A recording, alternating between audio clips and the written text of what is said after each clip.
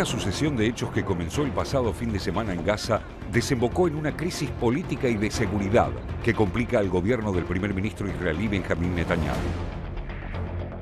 Israel lanzó el domingo una operación encubierta por parte de fuerzas especiales dentro de la Franja de Gaza, cuyos detalles no se conocen, pero que, en apariencia, tenía como objetivo recoger información de inteligencia sobre Hamás. La operación habría fracasado cuando los israelíes se enfrentaron a militantes de la Organización Islámica Palestina en un tiroteo en el que murió un jefe de ese grupo y otros 7 combatientes, pero también un coronel de las Fuerzas de Defensa de Israel, y fue seguido de tanques aéreos para cubrir la salida de la unidad de élite israelí de Gaza.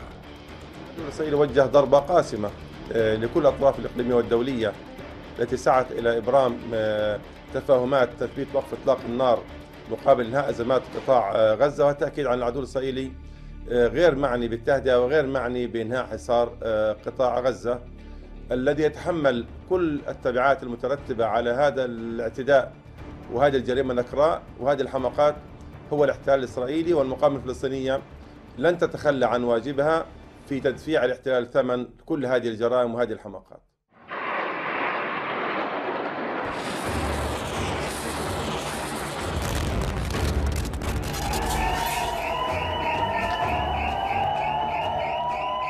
El lunes, Hamás contestó el raid lanzando alrededor de 300 cohetes y disparos de mortero hacia el sur de Israel, que impactaron en áreas residenciales, provocando unos 10 heridos, en tanto que un misil antitanque alcanzó a un ómnibus que transportaba soldados.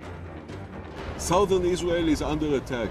In the last 24 hours, more than 400 mortars and rockets were shot at Israeli cities and villages with deadly consequences. Hamas is deliberately targeting our civilian population, and this is something that we cannot and will not accept. The IDF will strike in a strong and deadly manner in order to make sure that the message passes across and that Hamas understands that it must stop immediately with those attacks.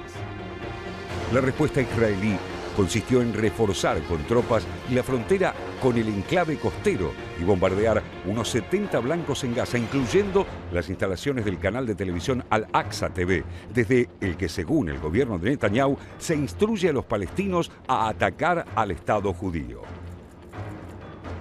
La espiral de violencia puso en riesgo el fuego entre Hamás e Israel, que venían negociando desde hace meses mediadores de Egipto, Qatar y las Naciones Unidas. En el marco de esas conversaciones, Tel Aviv había autorizado el ingreso a Gaza de $15 millones desde Qatar, un dinero destinado a pagar los sueldos atrasados de empleados públicos palestinos de ese territorio en el que viven más de 2 millones de personas. También se evaluaba permitir la realización de proyectos humanitarios por parte de organizaciones internacionales.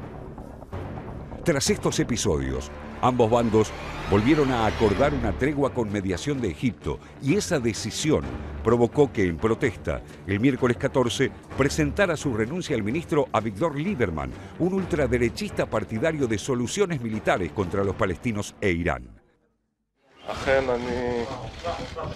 כאן על מנת להודיע על התפטרותי מתפקיד שר הביטחון של מדינת ישראל. השאלה נשאלת למה דווקא עכשיו.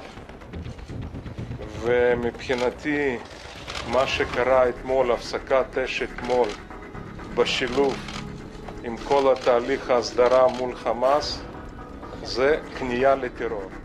Lieberman también retiró a su partido, Yisrael Beitenu, de la coalición gobernante, lo que incluye a sus 5 diputados en la Knesset, el parlamento israelí, lo que dejó al oficialismo con una frágil mayoría de un solo legislador. La salida de Lieberman del gobierno podría anticipar unas elecciones que originalmente estaban pensadas recién para noviembre de 2019. El propio Lieberman, consciente del daño que infligió a Netanyahu, pidió elecciones anticipadas. Aunque no se conoce quién se haría cargo del vital Ministerio de Defensa, uno de los aspirantes es otro halcón, el ministro de Educación Naftali Bennett, del partido Yewis Home, que promueve la instalación de asentamientos ilegales en territorio palestino. Pero Netanyahu no estaría convencido de darle el puesto. Algunos analistas especulan que eso podría provocar que Bennett también retire a su partido de la coalición en un efecto dominó que podría marcar el final del gobierno de Netanyahu, la administración más ultraderechista y teocrática de la historia de Israel.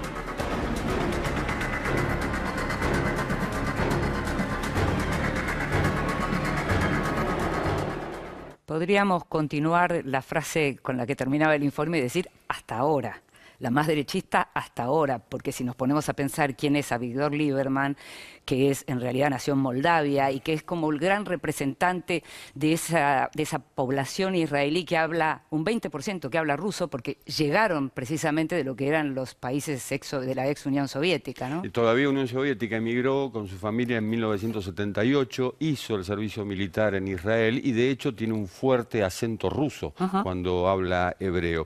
Lo cierto es que Netanyahu quiere demorar esto, la convocatoria a elecciones, si caben, hasta fin de año. ¿Por qué? Porque en los próximos meses vence, por un lado, el mandato del jefe del ejército, de las Fuerzas Armadas, y por otro lado, el mandato del jefe de la policía. Netanyahu tiene 4 causas de corrupción en su contra. Y de este modo, tratando de poner, digamos, a alguien amigable en esos puestos, en cierto modo se salva de lo que viene después, que van a ser los juicios. Son 4 juicios por corrupción. ¿Qué es lo que básicamente cuestiona a Lieberman?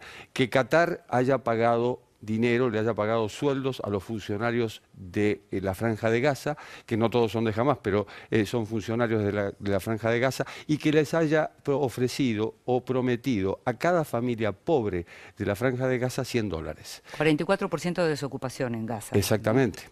Ese dinero, el dinero para los funcionarios públicos, pasó por Israel. Es la única forma de llegar, porque están todos los pasos cerrados.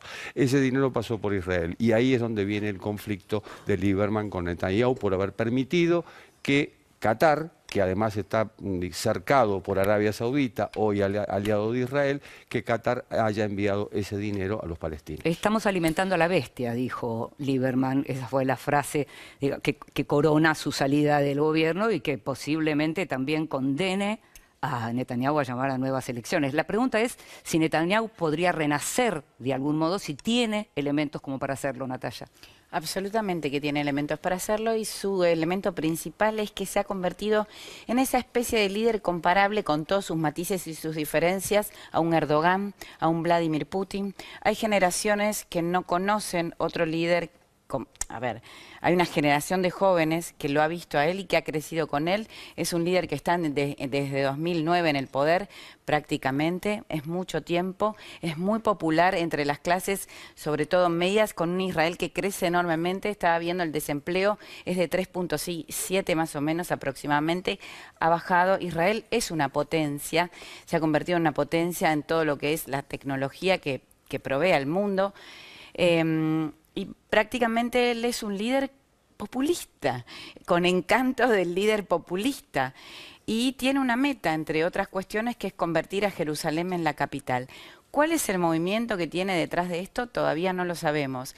La situación se había vuelto insoportable en los últimos días y en las últimas semanas con estos, bueno, la de los últimos días con los 400 cohetes que se lanzaron desde el lado de Gaza hacia el lado israelí, meramente dicho, hoy día, y con la respuesta de más de 100 cohetes, misiles de los israelíes, se volvió insoportable. Pero recordemos que esto es una situación que lleva meses y que hace tiempo que Netanyahu viene cocinando algo, con su viaje a Rusia, con sus negociaciones con Vladimir Putin, que son negociaciones que inclusive han generado algún tipo de contactos con los iraníes, que es un escenario muy complejo que involucra a lo que ha sido Hezbollah y el retiro de Hezbollah de Siria del sur, que ha estado involucrado y al parecer por ahora no sale, pero yo creo que por el tipo de liderazgo que caracteriza a Netanyahu, hay algo